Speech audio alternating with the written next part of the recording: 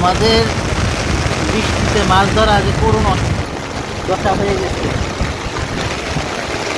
যেমন বৃষ্টি তেমনই বাতাস। তো আলহামদুলিল্লাহ একদম মরুভূমি বললেও চলে। খুবই করুণ ভয়াবহ।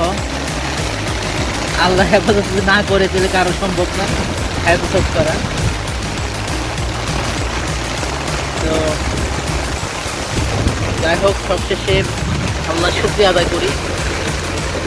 তো এটাও একটা অ্যাডভেঞ্চার। এরকম পুরনো আবহাওয়ার ভিতরে এভাবে থাকাটাও স্মৃতিময়। দিন শেষে আমরা ভালো কিছু করে যাব ইনশাল্লাহ, যদি আল্লাহ সহায় হয় আর তাকদিরে যদি থাকে। মাছ না মেরে আমরা যাব না, আমরা ওয়াদাবদ্ধ।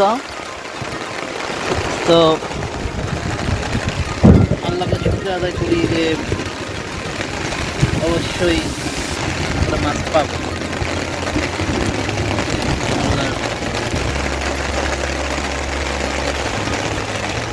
তো এই বৃষ্টির ভিতরে